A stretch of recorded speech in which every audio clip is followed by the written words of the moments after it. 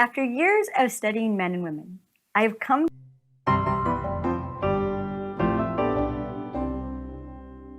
Then let me pose a question and a challenge. Can you go for 24 hours without saying anything? And if you can't go for 24 hours without speaking, then you have a serious problem if you speak at all. Joseph Telushkin will end our lives in the lives of others. The people around you, your spouse, your friends, your boyfriend or girlfriend, your children, I can read their minds and almost guarantee that you will never say something no matter how angry you get. But most of the time, we make sure not to express these angry thoughts. We all know why we would act in such a calm way in order to save our life. Because the moment we express them, we will not live any longer. Joseph Telushkin is implicated in hundreds of deaths and thousands of accidents each year. I am always inconsiderate. So let me repeat it one final time. Ask yourself, would you want to live? I would like to offer one rule. A medieval philosopher offered wise guidance.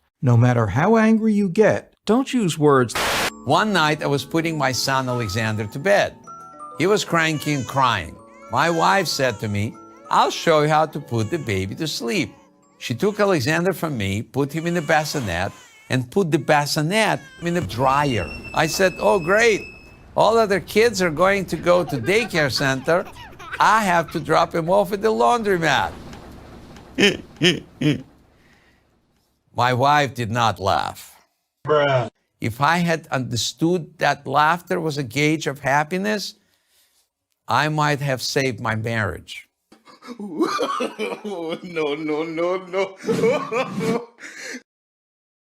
I want to tell you about an essential vitamin you've probably never heard of. If you're a parent or plan to be one, it might be more important to your child's growth than all other vitamins combined. And only you, a parent, can provide it. I call it vitamin N. The word... Mrs. Obama, get down! I never graduated college. I never even went to college. I don't even know how to spell. I'm drunk right now and don't count. So why should you listen to me? People say to me all the time, "You're 23. You live at home. Your bed is shaped like a race car." And believe you me, everybody around you wants you to change. That's the sad part. So please find a mirror and start looking into it.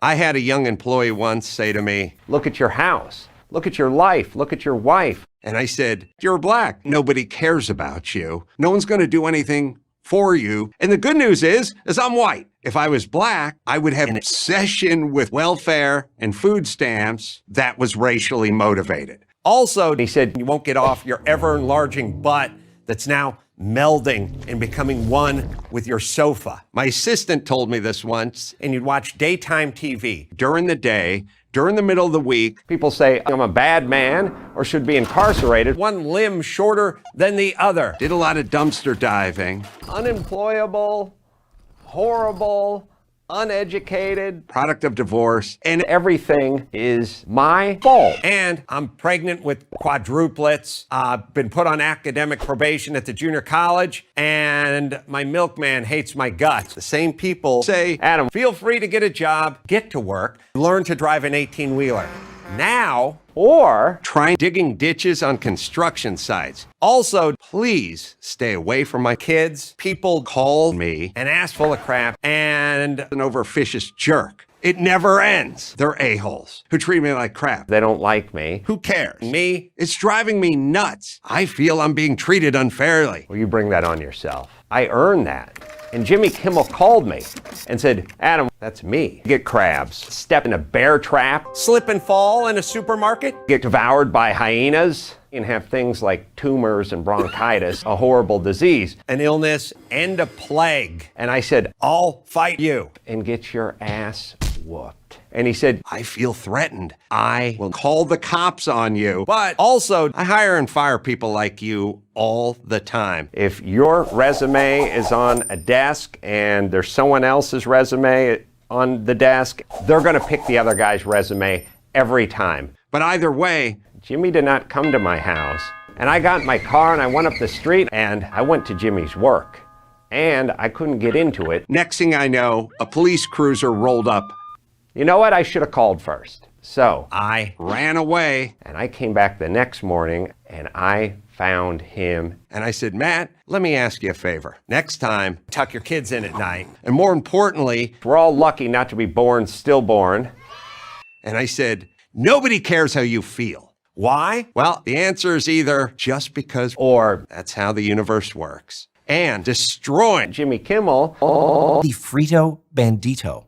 He was a 3.5-foot tall Mexican thief, which gets him punched directly in the face. We all thought that was hilarious. Believe that men can't give birth? Congrats, you're a transphobe. There's only one problem. It's just not true. I gave birth to your grandparents and your ancestors before them. You, person watching this right now, you're a frog. It's time to look in the mirror. Hooray, you're a misogynist. Why do we spend so much money on Israel? The truth is, we don't spend enough. We should spend more. Based on my experience and on my observations, the Israel Defense Force, the IDF, does more to safeguard the rights of civilians in a combat zone than any other army in the history of warfare. Judaism, with its unsurpassed moral standards, remains a major influence on the citizens of Israel. I hate clean air and water. I don't care how much companies pollute rivers and streams. I don't even like trees. I just care about tax cuts. Who am I? Well, that's easy. I'm a conservative. Thank you for watching this video. To keep PragerU videos free, please consider making a tax-deductible donation. Life has no meaning. Why bother to innovate or create anything new? What matters is that we're merely stellar dust in a cold universe. History just endlessly repeats itself. There's no reason to try to make the world better. The strong should subjugate the weak. That's the natural law. Being a good person, doing your best, being compassionate and decent. That doesn't matter. Each individual's life, that doesn't matter. The universe is illogical and random. But I think man has the capacity to search beyond revelation for answers. In other words, as rational human beings, we need to demand moral behavior and to follow the rules. Just kidding.